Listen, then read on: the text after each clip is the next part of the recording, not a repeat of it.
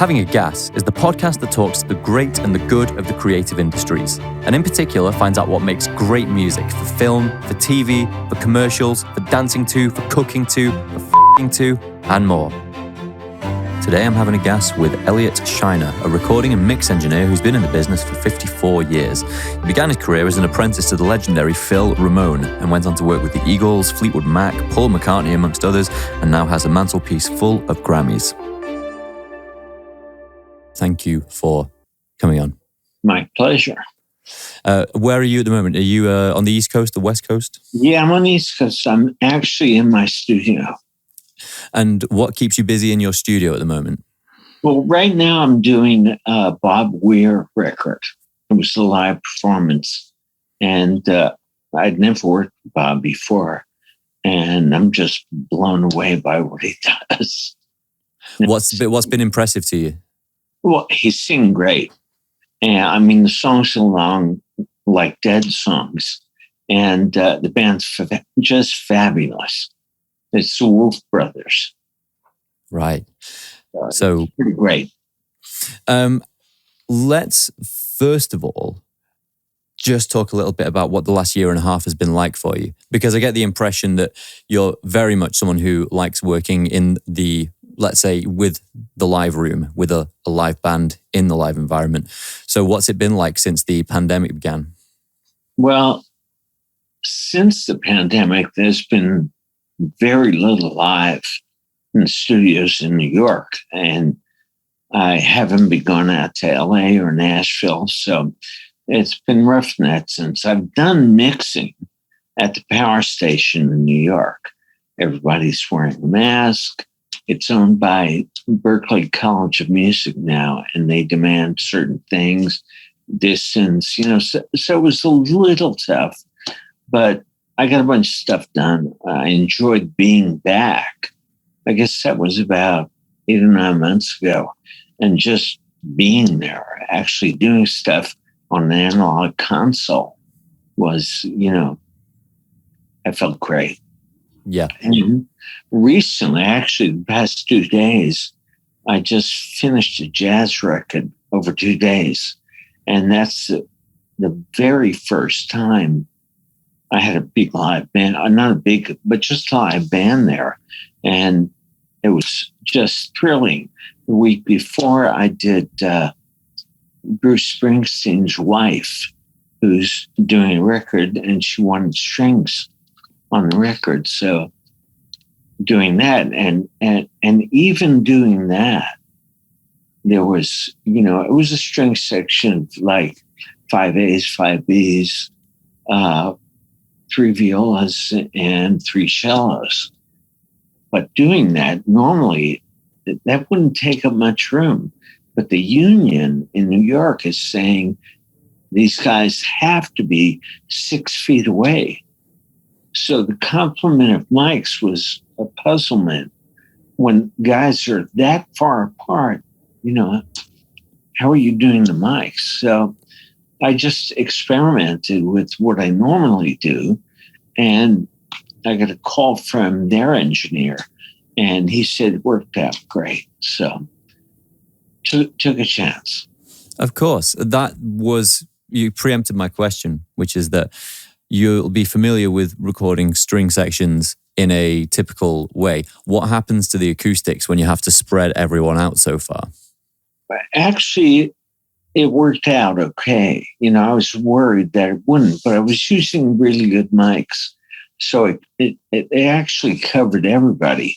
Whereas in a string section, if it's, 8 A's, 8 B's, I might use 4 mics on the A's and 4 mics on the B's, maybe.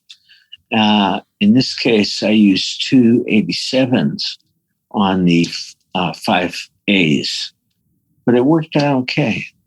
Yeah, that's just off mic a moment ago for the benefit of the audience. We were just talking about Bill Schnee, who has recently been on our podcast and of course is an associate of Elliot. They have won Grammys together and things like this.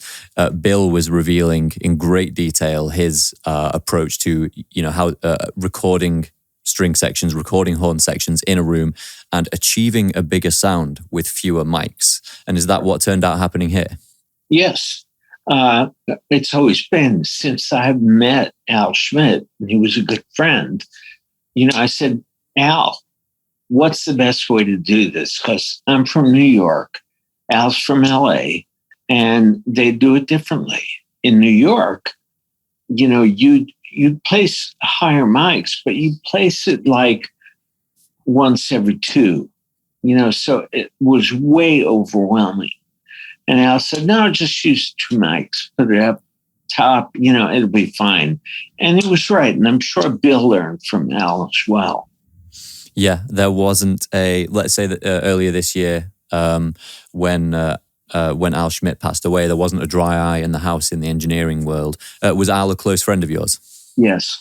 Yeah. And so obviously that's been tough for the whole community. But the first thing that Andrew Sheps said when he was on, well, not the first thing, he was talking about that Al Schmidt, possibly the greatest engineer, one of the greatest engineers to have walked among us, and the minimal mixing setup that he used, and not in the modern way with 100 groups and everything summed twice. And it was very, very straightforward, but produced amazing music using that simplicity. Yeah, I mean, he would do a tracking session. In fact, he taught a tracking session at Berkeley in Boston. And it wasn't a big room, but it was a fairly big band. And they asked me if I would second for him. And I went in there, I seconded for Phil and just for Al, and just watching what he does with the mics is amazing, And we got together. He used virtually no EQ on any of the tracks. He didn't mix that track. He did a rough mix on it, but he does that all the time. He doesn't use EQ on tracks, and when he mixes, he doesn't use EQ. For Al, it was always a question of miking and what kind of mic and where they were sitting. And I learned the same sort of thing with Phil, but not as refined as what Al does. So are we talking about the practice of making sure that the record sounds as close to finished as possible as it comes into the desk? Correct. Brilliant stuff to know. And you mentioned Phil a moment ago, which is a good place to start. And we'll maybe go down memory lane here, because I know that, I believe anyway, that your introduction to the business was that you were an assistant to Phil Ramone. Right. One of the greatest producers of the 20th century. So first of all, how did you get that gig? It's odd. I decided that after hearing Sgt. Pepper, I decided I want to be Jeff Emmerich. And I called my uncle, who was a New York City studio musician. He was a big band player. He played with Benny Goodman and the Dorsey Brothers, World War II kind of stuff. So I told him what I wanted to do. How could I do it? He said, meet me up at A&R Studios, which is where, and we'll see. And so I meet him at A&R. He's got a date that afternoon, and he immediately introduced me to Phil and told Phil he's looking for a job. And he and Phil were pretty decent friends. And I got to say, it was probably because they were good friends. And Phil said, okay, let's go talk for a few minutes. And I went in, talked to him in his office. And he said, can you start today? And I said, well, no, but I can't start tomorrow. He said, okay, be here at 8. And that's how it got started. He didn't really ask me anything, but he liked the way I was dressed. I was a total hippie at that point, and wearing beads and, just so, but he liked, because everybody at A&R and in New York during that time period, it didn't matter who you were working with. You wore a suit, a tie, a white shirt, and that's the way everybody dressed. And here I was, dressed like this. And he said, can you wear a jacket tomorrow? And I said, yeah. And I started to learn about setting up a room from another second. And I started to rip my clothes. And I went to Phil. I said, look, I have one jacket and it's now ripped. Would it be okay if I just wore a shirt and tie? And he looked at me and he said, yeah, that would be okay. And I was wearing a pair of apple seeds around my neck. And he said, where'd you get that from? And I said, down in the village. Can you get me a pair? I said, yeah, of course. And that's how we sort of became friends and compadres.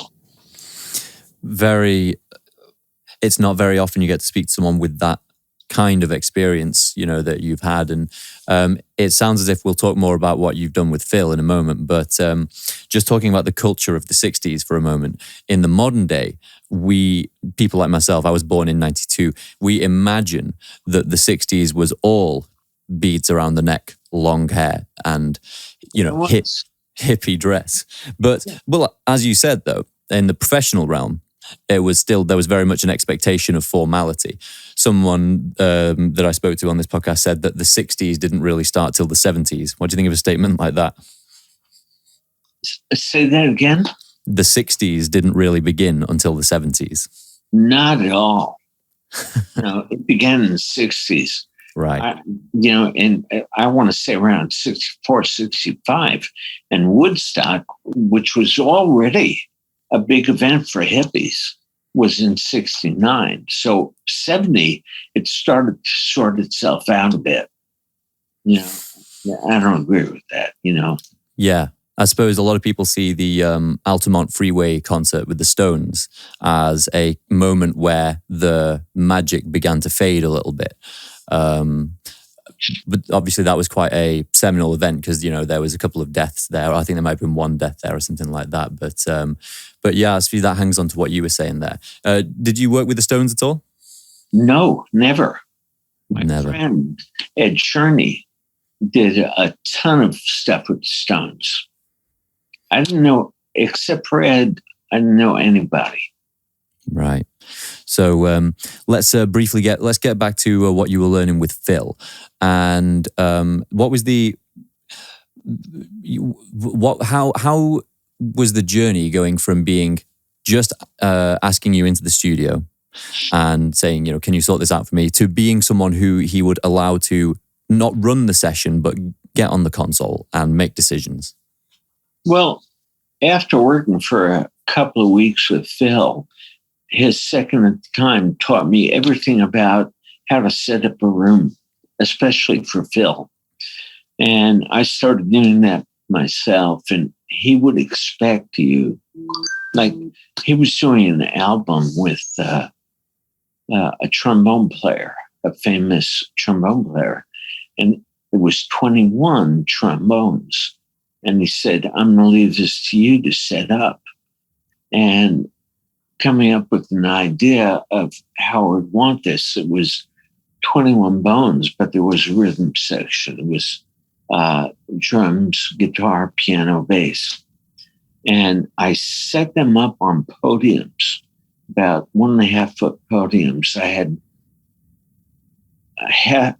half of them on the floor and half of them on the podiums, and they were on an angle.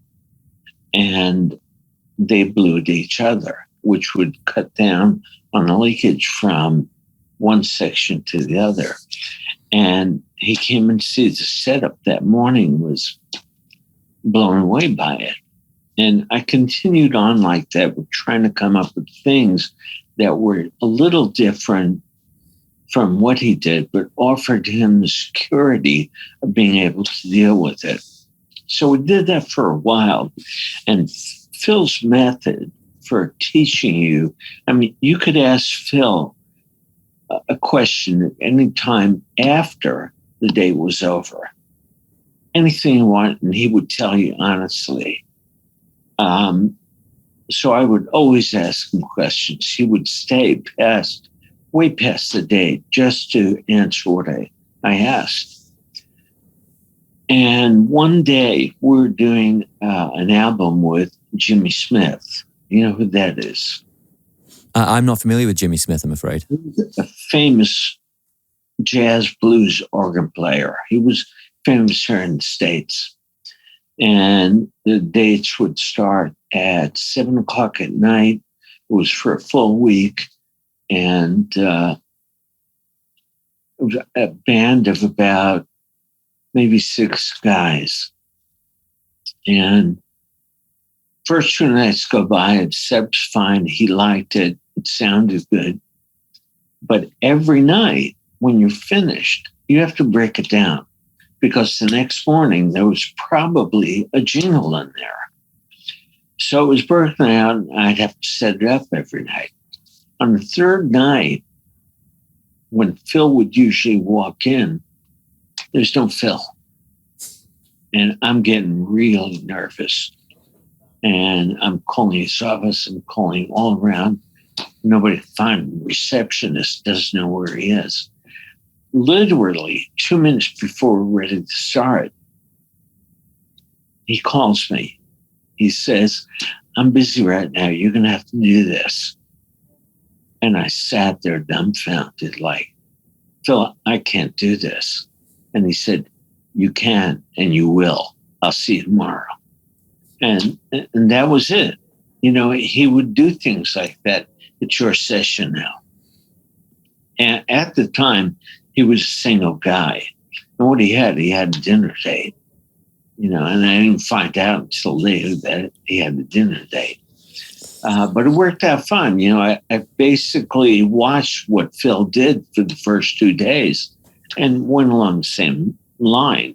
Now, Phil would, in A&R's rooms back in the 60s, late 60s, you had nothing but a console. It was a 3-track console, a broadcast console with a small Ampex mixer that had 6 inputs. And the Ampex mixer was the 4th channel. 1, 2, 3 went to the first 3 on a 4-track. And at that point, most things were done either 4-track or 8-track. But this room was set up for 4. And what was the point I was trying to make? Well, this was No, I know. In the room, it was the console. As far as EQ, you had 2 EQs. They were both EQ P1A. So if you need an EQ, you had to be very careful what you used it on. There were also there was a Fairchild 670, and that was it. You had two compressors, 2 EQs. You had to do the day without using anything. Yeah. And after becoming an engineer, I realized I could do that. I wouldn't have to use anything and just adjust what he taught me, where the mic goes, how to mic it. If it doesn't sound right, go back out there, listen, and see how you think it might go and change it. If it's the wrong mic, change the mic or move the guy, you know, any number of things. And that's the way we did dates in those days. I mean, I don't think we had a console with the EQ until late 69. And it was an MCI at the time. And when that came in, it was more like, well, what can this do? You know, it had EQ inputs on every track. I'm saying, well, you know, what will I do if I can do this? You know, and I started getting a little more dependent on what an EQ would do on track. But generally, I grew up learning how to mic. And so you were very much present as an engineer at least, for the overlap period when making a record was all about recording, and into the period where there was much more of an emphasis on production after the input had been recorded, on manipulating it after it had been recorded. Correct. What what was your experience of that change of going from pure miking to manipulation after the fact? Well, it depends. It was pure miking and mixing before, like an MCI came in. So I wasn't doing anything. When I did, like, for example, I did Van Morrison in a room that we did, we had an MCI. And I fooled around with it, and I mic'd a few of the things with EQ, but it wasn't overwhelming. And it was an 8-track recording. And I came to mix it a couple of months later. And I was on a console that had no EQ. It was a small 8-track console. You had a one fader per track, and that's how it was mixed. It was stereo and then mono, and you did it pretty much twice. So I did that, and it worked out fine. Van wasn't there, and I was doing this by myself, and I thought, well, geez, maybe I should get one of the band members in here to just give me some guidance. Van was in Woodstock. I was in New York, and I got the drummer to come in and talk to me. And he stayed there for the whole thing. We did the whole thing together, and that ended up being Moondance, which was one of Van's bigger records. You have had the benefit of working with many artists who are on many people's, top 5 lists. And I'd like to get into that in a moment. One of the things I wanted to pick up on, though, was not only inspired by thinking about Phil Ramone, but also Bob Ludwig, a mastering engineer you've worked with a great deal. And I only learned recently that both of those individuals were classically trained musicians. Now, one of my questions to you, Elliot, is, was that more the case back then, let's say in the 60s, that your engineers and your studio people would be from the classical tradition, or at least musically trained to a fairly high degree? The ones that were trained were, Phil was a violinist, and apparently I never heard him play, but he was a great player. With Bob, he had gone to school, and I think he played trumpet, and he was classically trained. Bob started at A&R, and he started a few months before me, so we're pretty new to the industry. And he originally thought he wanted to be an engineer, and just ended up being the mastering guy. And Otis Ayres was so phenomenal, I couldn't think of a better guy to do that. But most of the guys, when I came in, weren't classically trained. I played too, but I was playing rock and roll. And I left that to come to A&R because I knew I wasn't going to get anywhere with that. In those days, there were so many artists signed, and it was like they threw you out there and come up with a record that'll sell. That was a hard thing to do, and they would actually try and market it, but it just, I had to move on. I want to make music, not play music. And you were getting into the industry to try and be a rock and roll star, as many of us do. No, I was just trying to engineer. I didn't care what I engineered. If I had my ways, I wanted to work with the Beatles and Jeff Emmerich. Yeah. But I didn't have that time. I didn't have that chance. I met Jeff, and Jeff and I were good friends starting in about the 90s. And just being in the same room with Jeff and knowing what he had done was so awe-inspiring. It made you want to learn again. And I came into it. He was doing a date for Sean Lennon. And I came in when he was recording it and saw how he mic'd the drums and room mics and everything he did, and the Fairchilds. And just, it was so overwhelming to me. And he would come up with what he did for the Beatles. It was just like, oh my God, how does this guy do this? Yeah. And it made me want to learn. I couldn't learn what Jeff was doing, but I wanted to. Yeah. And when you go into, even though I'd been doing it for almost 30 years at that point, I wanted to learn. I wanted to be just like Jeff. Now, I wish I could have been. But, I don't know what Jeff's background as far as playing was. But most of the guys were in that frame of mind. We weren't doing classical. There was no money in classical. And we were doing, rock and roll. And that's been good business. And obviously, I think at least you did achieve the dream at some point of working with not the Beatles, the band, but some of the individuals. Paul. I worked with Paul. How was that? Oh, God. The most unbelievable human being ever. I mean, when he walks into a session, you're his focus. When he meets you, he wants to know about you. And it was overwhelming to me that he actually remembered my name. And when we finished up, I asked him, I remember asking when he came in, do I call you what? Do I call you Sir Paul? Paul? He said, call me Paul.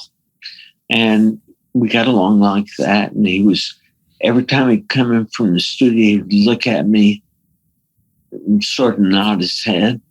When we finished, I said, I have 2 kids. I said, I hate to ask you, would you sign an autograph for him? And of course. So we were at Avatar at the time, which is now Power Station again. And I took out 2 track sheets and I handed it to him. And he was busily writing on the sheet, what's the first one saying? What's the second one saying? And he wrote something. And I didn't really read what he wrote, but where he signed his name in parentheses underneath, and that they were young kids, he put down, your dad's friend. And I went, oh my God. It was like, it made me want to cry. That is one of the gifts that Paul McCartney's given to many people, just, the direct experience that you got, which is obviously just a tremendous privilege. But that is how people feel. I remember a friend of mine saying, when you hear the Beatles, it's like hearing music for the first time again. On some tracks, you get that rejuvenating experience. What a blessing that you experienced it personally.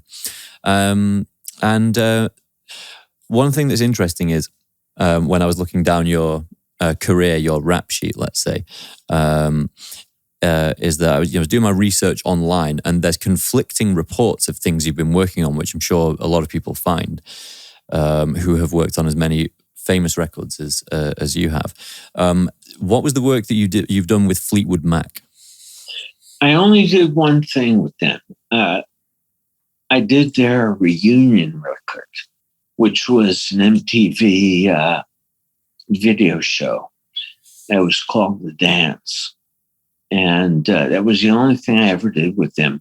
But during that time period of recording, doing a couple of overdubs to fix parts here and there, and mixing, we all became great friends. Now, I had done Christine years before. She did a couple of Stoller records that Russ Titleman produced. And I was engineering for him, and she was divine. I mean, she was so warm and friendly, and I just loved her.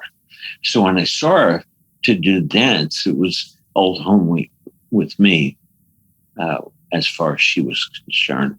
But everybody in the band was fabulous, especially Mick.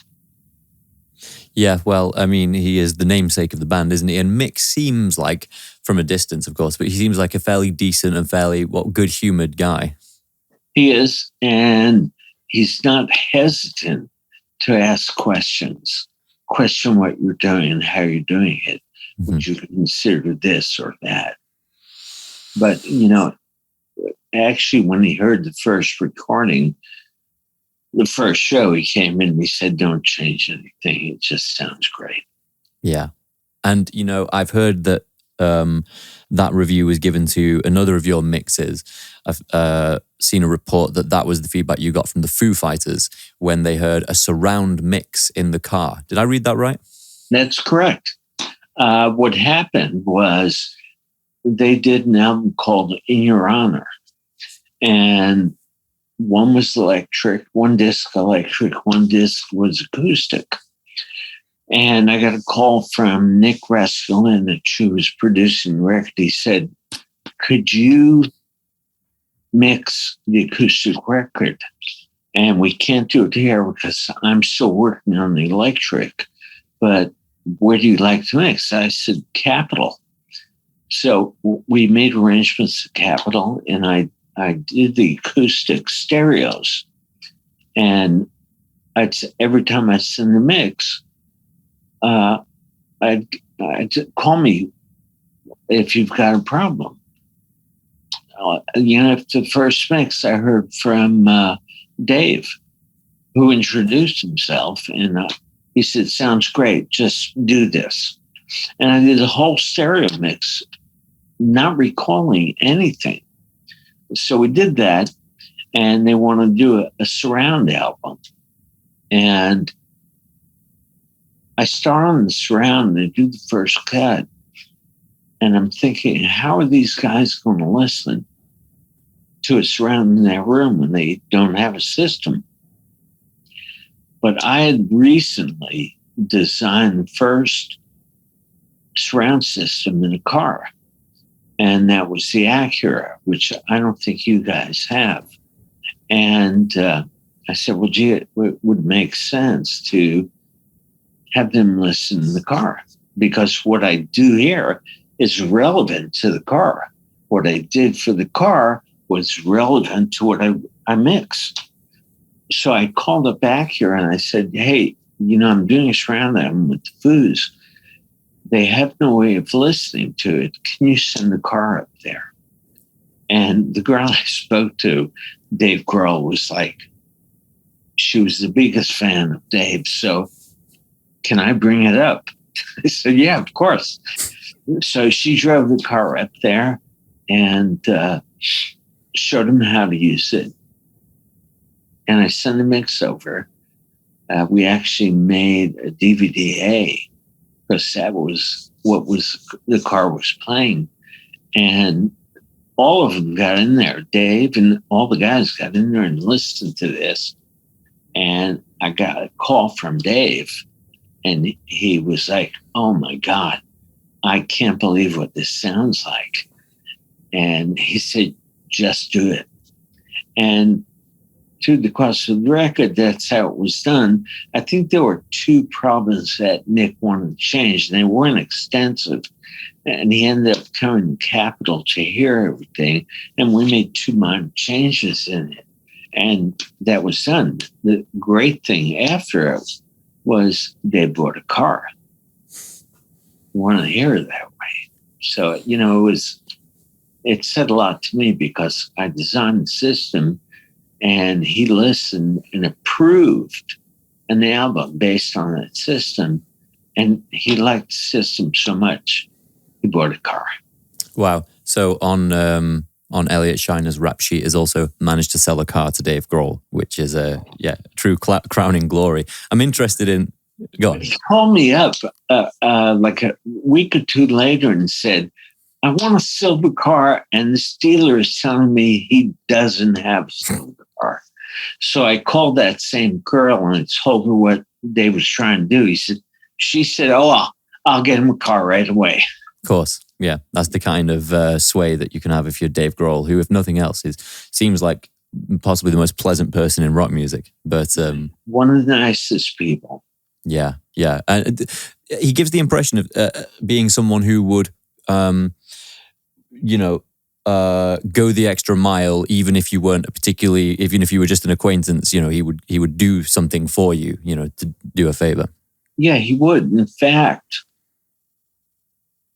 must have been about 6 months after that. They were playing near me. Mm-hmm. And I called up his road guy and I said, gee, you know, my son is a big fan of the Foods. I would love to bring him to a show. Can I get in? Because it was sold out. He said, yeah, of course.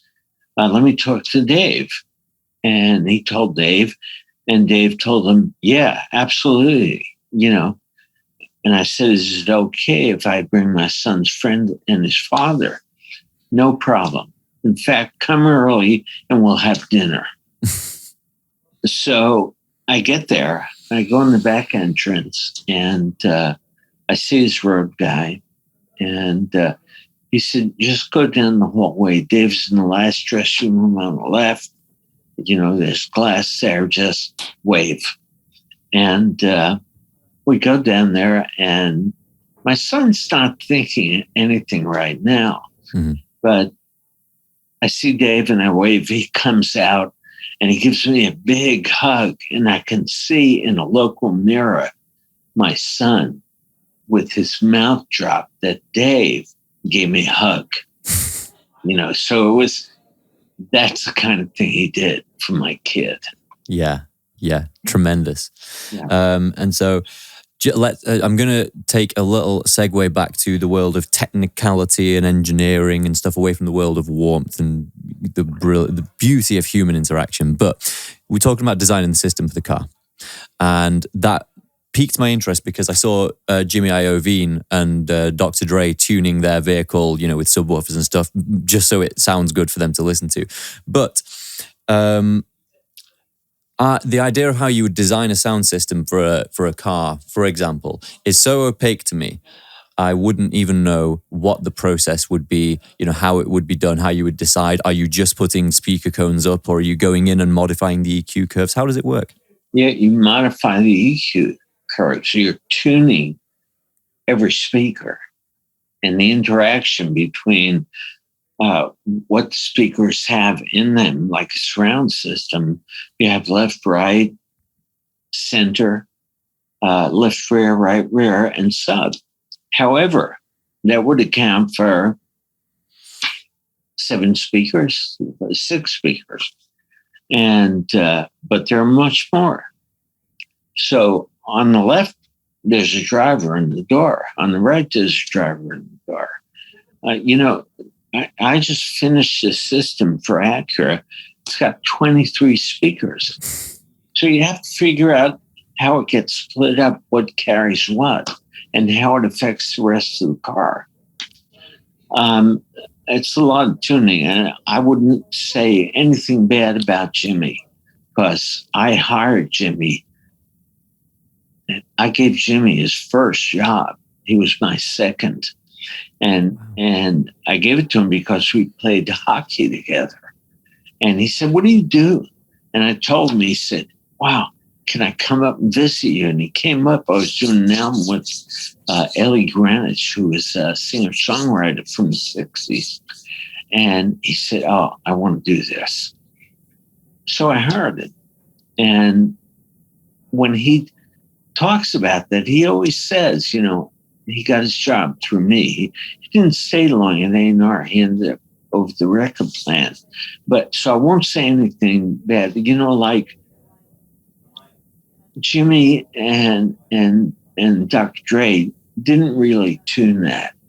I mean, it's an extensive 2-week period of time, like three times a year, just 3 or 4 times a year, just to get the thing sounding right. And I'm sure they didn't spend 6 weeks doing beats. I imagine there's other priorities on the schedule. Exactly. You know, but I would have to. It was my system. Yeah. And I had to make it better than anything that's out there. And the fact of the matter, I did an interview with ABC yesterday, and this woman who was interviewing me said, you know, I I got to listen to your car, and I played music I hated, and now I love it. So she said, I've never heard a car sound like this. And by far, we're the best sounding system in all of automotive. The travel corridor between the UK and the US has just reopened for those watching in the future. That's where we are in history. Flights to New York are very, very cheap. So I'm thinking about going over and renting one of those cars and just playing records. You can't rent it, but I can give you the name of an Acura guy in New York who would lend it to you. You can? Yeah. Well, maybe we'll do that off mic, or I'll email your management about that. That's remarkable. Taking a brief detour before getting back to sound, just want to talk about Jimmy, because I did not know that you were so close with Jimmy in the early days.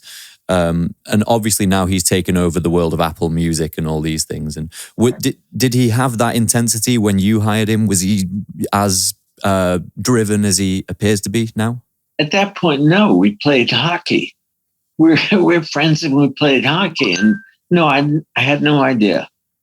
And when I saw Jimmy in Manhattan, just walking on the street on Fifth Avenue, he saw me coming and he put his hands out. He said, who'd have known? Wow. So that's where I'm occasionally lost for words, being at the, what would you call it, precipice of so much, so many people who have been so influential in music, and you've been involved with so many and made so many of the influential records, that there's just so much to reach for that it can be a little bit overwhelming. But I'm going to stay really technical for another moment, and then we're going to go into some other stuff for maybe 15, 20 minutes. But staying on the technical side at the moment, just for context, this business, what we do is we're composers and producers for UK advertising. So, there's a lot of noise going on in our sector about people talking about spatial audio, the new way of hearing things. The new way is all spatial. And what immersive? Yes. What do you think about that? What do you know about this stuff? Because obviously a lot is the first answer. Well, I did an enormous amount of 5.1s. Dolby developed Atmos for the movie theaters, and it really works great for movies when you're sitting in a big room like that and you have so many speakers. It's very influential as far as the sound. They developed, or they decided that they wanted to use it for music only. I'm going to be outspoken here because I have a weird feeling about the Dolby Atmos thing. Number one, I've been in the business now for 55 years, and never in my history have I ever heard of a designer, a manufacturer saying, you as an engineer needs to be approved to do this? I said, and the room you do it in needs to be approved as well. And all of a sudden, these guys that are developing and don't know shit about what music sounds like are telling you you're qualified or not. And I took great offense to that. And here's where I have to get down on Apple. Number one, I don't think it works for music. It works for theaters. A bunch of my friends are working in Atmos, and they say they just can't get it right. It never sounds right. And they've gone into a deal with Universal, and they've talked Universal into doing a lot of their music in Atmos. And a lot of people are doing that. And they're picking people who may have just graduated from a college. And you tell them, okay, we're going to do this James Taylor record. And they don't even know who that is. But they're going to do that. not knowing anything about the record and how maybe influential and important this record might have been. And the record company says, we want to hear tons of panning, just have things flying around. And when you do that, it distracts from music. In all the 5/1s I did, I may have had only one pan. And it was usually something like in Hotel California, there was a pan of like this, I forget what it is now. It was like a symbol that went from left to right. And I did the same thing, but I think I did it from left front to right rear. But they want this built in. And these kids they may be good engineers, but somebody told me most of them were seconds until they were asked to do this. But that's not the major concern. I mean, they don't know, and it's the record company's fault for doing this. They want to do it cheap. They don't want to pay a lot of money to have it done. Apple, if somebody says, or if I say, I can't find my Sgt. Pepper's, I need to download it. Only for stereo. If you go online and see Sgt. Pepper's and it says Atmos next to it, they download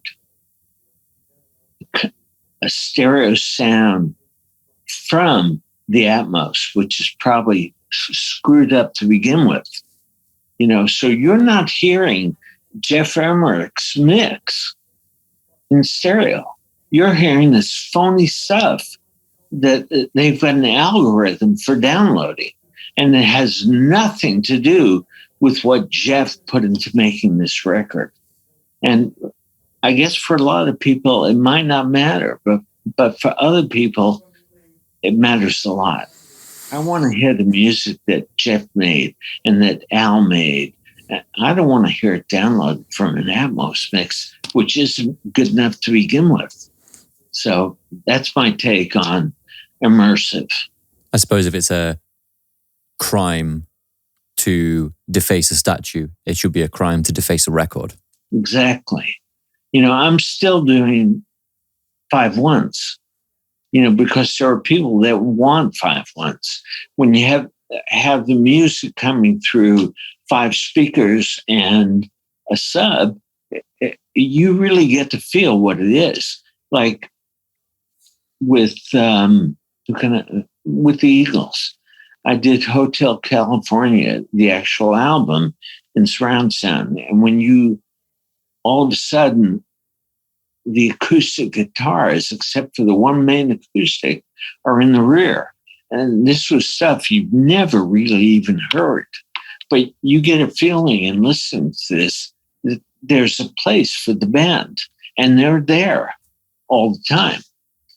In Atmos, you don't know what's going on. There's no distinct method for saying, this is a band. Here's where they are. This is what they play. And it's a mystery to me. It's funny because I heard on Apple Music, I suppose it was in podcast form, but it was as if it was a radio broadcast. We heard Zane Lowe, who's one of the key bits of talent on Apple Music, on Beats Radio, giving an introduction to Atmos and described it as the next step in the journey, just as stereo was from mono. This is Atmos from stereo. He was describing it as if it was the next logical step. I don't think so. And I've known more people who say this does not make any sense. Yeah. Have a band in 37 speakers. Well, this is I suppose why it's being done from a top-down position rather than it's not the market that's asking for it, because generally you go to a performance, that's where your instrumentalists are. They're not over there and up there and... Well, they can be.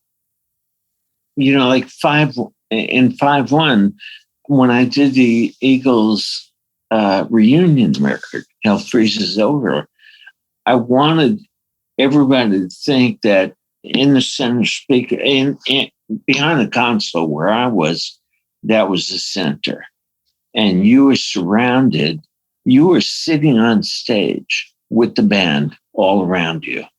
And it wasn't, the Eagles were definitely up front coming out a little bit, but all the other players, the strings, additional players who played keyboards and guitars were in the rear coming up a little bit. Everybody who wasn't an Eagle was in the back. But that's the way it sort of was when they did the live. So I tried to say, this is what it is. That there's a quote that hooks onto this. I'm going to move away from spatial and into discussing the modern way of making records compared to the let's call it the traditional way or the original way. There's a quote from a musician called James Blake. Are you familiar with James Blake? No, he's one of the young guys. But he said on Instagram, someone said, any advice? And he said something like, think about chords, not plugins. The modern way of making records, the way I learned, I have a digital audio workstation and you can download, if you know where to go. When I was in college, you could download all of the bits of software that emulate Neves and SSLs and, Ampex and all of this stuff. And you have no idea what any of it does, what you're supposed to do with it. And you just start messing around with EQs and compressors. What are your thoughts generally on the way we do things now and the way we can learn now versus the original way? Well, if you're learning at, let's say, a college, I trust that what they teach you is correct. If you want to make a record that way, you should. What they don't teach anywhere is that listen to what you're doing. You don't need a compressor on that, or EQ. I find that most of these guys are reticent to not use EQ, compressor, reverb. It's just, I mixed a record for George Michael years ago. Which one? I don't know. Okay. And it was on it was on Pro Tools, and each track had 6 elements in it, compressors, EQs, tape simulators. I mean, there was so much stuff. I couldn't get sound right. I eventually had to eliminate all this stuff and do it the way I would do it. But people don't realize it's music. It should sound like, and they don't know, being able to walk into a room and hear people playing. Like when I did Moondance, it was everybody playing live. There was Van and his guitar, and he would sing while he played, plus another guitar, plus keyboard, bass, drums, and 2 or 3 horns. And they were all set up in the room, and you had to mic it so that, it didn't interfere with one another. But there was one day we were cutting a song that it looked like Van had a new guitar, and it just didn't sound like everything he'd done so far. And I walked out into the room and put my head down by the center of his guitar and listened to him play.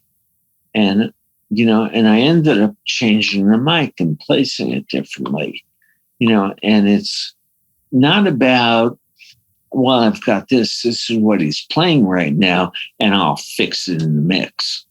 It's just, that's not the way we grew up making music. When you listen to the Beatles and you go, how did these guys do this?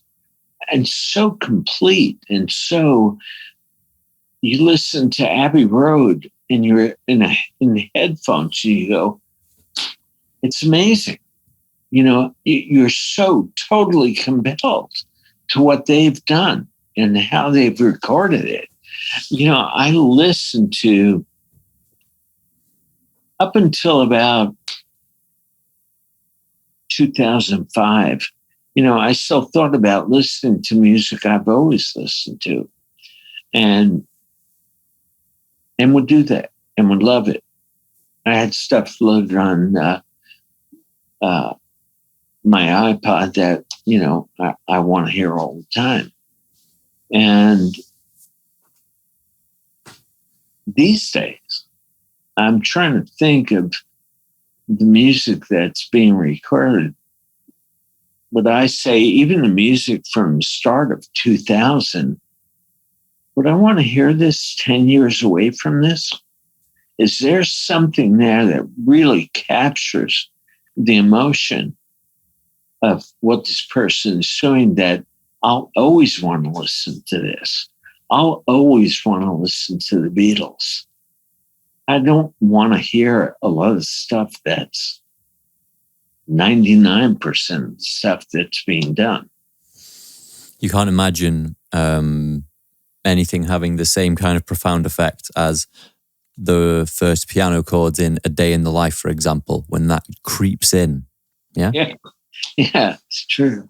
I mean, I hate to be bent so hard on music today. And I think some of these guys are good performers. It's hard to know what's being played live, what's being recorded. Are there, a lot of people bring computers with them, and a lot of it comes out via what's been recorded.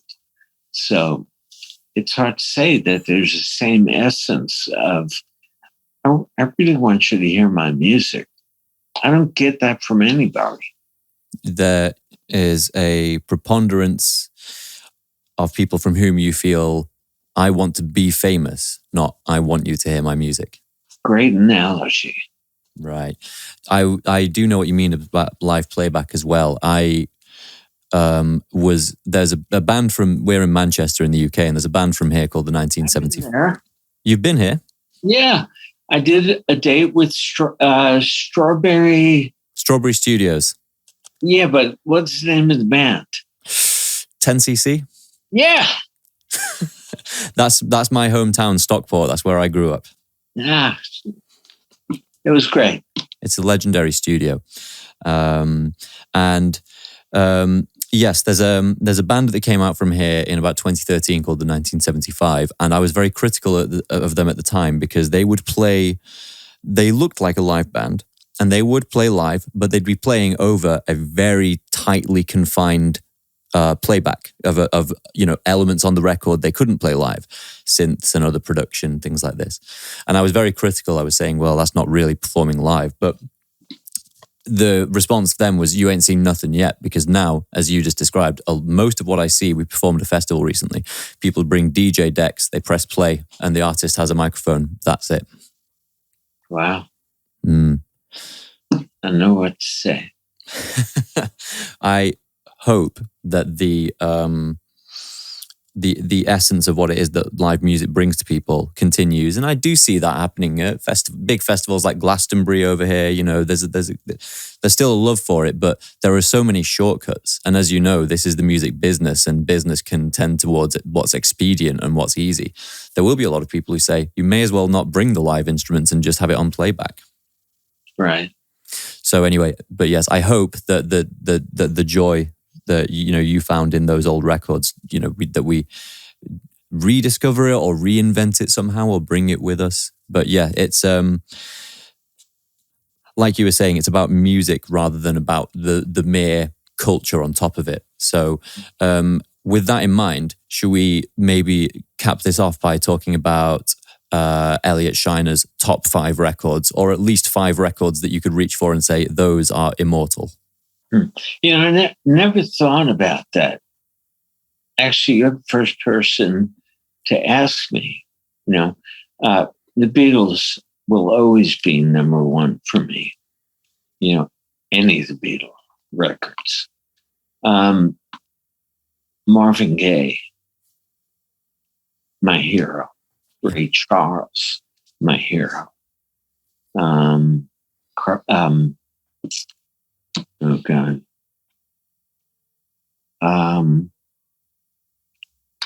I can't remember her name now. I was in a coma 6 years ago. No. And a lot of the stuff doesn't come out easily. So I can't remember. There were, oh God, famous folk singer, songwriter, guitar player. She went out with David Crosby. Ooh, I might Google this while we're here. I was going to take a guess and say Carole King. No. David Crosby. Let's have a look. This is the great thing about the internet age, because I can do this while I'm on Zoom to a legendary engineer. Yeah. Let's have a look. Christine Hinton, no. Stephen Still. Judy Collins. Nope. Nope. Joni Mitchell. No, that's great. No. Yeah, Joni. Joni Mitchell. Yeah. We've got blue on the wall out here. And amazing. Yeah. I was really happy you mentioned Marvin Gaye and Ray Charles there, because I had a big moment in my youth exclusively listening to them for months at a time. Ray Charles in particular. I don't know that the marketplace now would be receptive to a voice of that quality. You know, the timbre of it and the rasp and the baritone nature of it. It's a truly unique voice. Yeah. I went to, he was near me at one point, Ray was, and he was doing 2 shows one night. And I bought tickets to both shows. And I went to the first one, and it was like, he seemed to play every hit that he'd ever done. And it was amazing. I went to the second show, he played every other hit he had done. And he never played the same song twice. And it was mind-blowing. Yeah, I saw the most profound experience, not real experience because I wasn't there, but I've seen a recording of, I think it was Quincy Jones getting the White House, medal for, I forget, but it's like a cultural achievement. And I think that was the one where Ray Charles was at, because it must have been pre-2004. But either way, he was singing for Quincy Jones. And I've forgotten the song he sang now, but Quincy was in tears, as you can imagine, because... I bet. Yeah, it's very profound. And another thing recently was I saw that Martin Scorsese and Fran Lebowitz have done this series on Netflix together. And there's a moment where they cut to watching Marvin rehearse. And it was mind-blowing to us modern people, let's say, because we're used to having all this technical help to sound good. Marvin Gaye sounded as good in rehearsal as he does on his records. Yeah, and when you think that those guys would do a track, whether they sang live or overdubbed, they sang it that way. There was no tuning going on. That's the way they sang it, and they worked hard to make it sound that great. And, I'd done some records over the past 10 years with people who had made records like that. But when Pro Tools came in, I worked with one guy, he'd spend 10 to 12 hours doing one vocal for one song, and then still not be sure if there's enough to choose from. When I did the next record with these guys, he came in and he did 2 takes on the vocal. And he said, that'd be enough, right? You can get it going from that. And I realized that was the moment it all fell apart for me, that artists were not willing to work hard at what they do, or some artists. They were willing to hope that you've got enough to choose from and you'll get it later. You'll fix it. You'll build a track from the 2 tracks that were made and tune it and rephrase it and do everything to it. Yeah, they call it comping, don't they? Yeah. It just felt I think I've seen the last of what a band does. Well, we'll do our best to, it's in as far as we can, we'll do our best to maintain that tradition. I'm going to ask one final question before I let you go, and thank you for all of the time you've given to me. And I'm going to go back to Phil Ramone. And the question was, were you still working with Phil when he was working with Paul Simon? No, I was working at the studio, but I wasn't working with he and Paul. Have you ever worked with Paul? He did a Broadway show, and Phil called me up and said, I'd sort of like to remix this. And I think he did it without talking to Paul about it. And we came in there. I had the masters here and started working on it. At some point, I said to Phil, like, why do you want to do this? And he thought about it and really couldn't explain to me why he wanted to do this. And we just let it go. So I did work with Paul once. He did the inauguration gala the night before the inauguration of Jimmy Carter. Wow. And he played on stage and I recorded it. He's my favorite songwriter of all time, so it was a very selfish thing to ask. Yeah. Amazing songwriter. Yeah, just you can tell Paul Simon by his turn of phrase. The way his lyrics, the shape of his lyrics is very distinctive. Great line in the most recent album, Stranger to Stranger, where he says, life is a lottery, a lot of people lose. And it just sounds very Paul Simon. So, But yeah. So, well, that's, there's obviously a lot we could dig through. I hope we get to do this again, Elliot, at some point. And again, thank you for all the time you've given us. Sure. What's on your studio schedule for the rest of the day? Bob Ware. Of course. Back where we started. Yeah. Thank you again. I hope you have a good day, and I will endeavor to pick this up again sometime. Okay. Thanks for having me. Thank you. Have a great day. You too.